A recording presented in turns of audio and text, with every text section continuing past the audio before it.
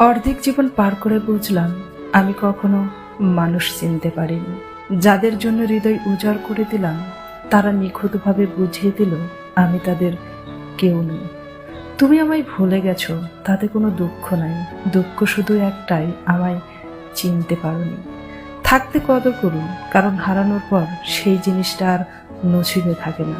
পরে আর ফিরে পাওয়ার জন্য ছটফট করলেও মানুষটাকে আর আগের মতো করে ফিরে পাওয়া যায় না। যেখানে নিয়তিই প্রতিপক্ষ সেখানে অভিযোগ নয়, ক্ষমা, ছেড়ে দেওয়া আর নীরব সম্মানই সবচেয়ে বড় প্রতিবাদ। সুখে থাকার জন্য বড় বাড়ি, গাড়ি, অনেক টাকা পয়সা লাগে না। লাগে শুধু একে অপরের প্রতি সম্মান আর বিশ্বাস।